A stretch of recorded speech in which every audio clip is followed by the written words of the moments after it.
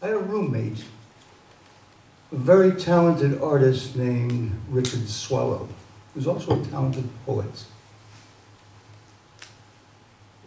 And he, as I said, he was very talented. He went to the Worcester Art Museum school for a while, till he found out that one of his professors was taking his homework assignments that Richard had painted and signing his name to them and selling them.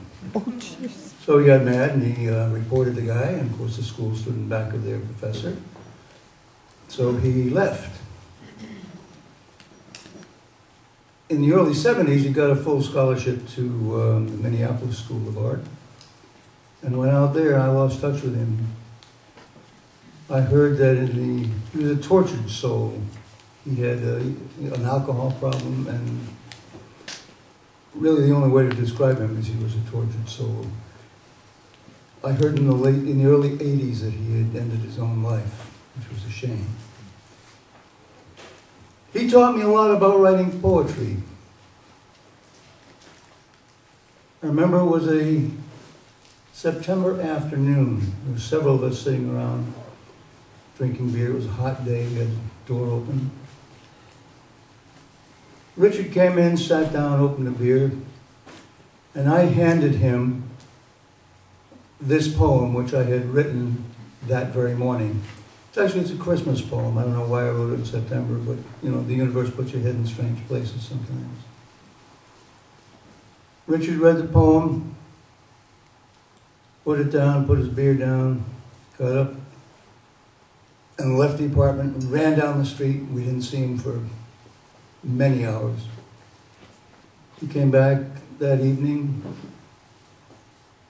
came in, sat down like nothing happened, and opened a beer and said, I can't teach you anymore. I asked him about that later on, and he just wouldn't talk about it. It's just not something he wanted to talk about. But anyway, this is that poem. It's called Christmas Think.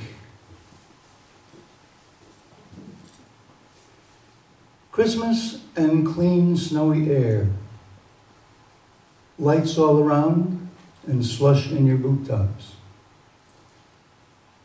Sometimes children cry at Christmas if a long-awaited toy doesn't come. Some will rise beyond their parents to know not only a need for giving, but the lack of someone to receive.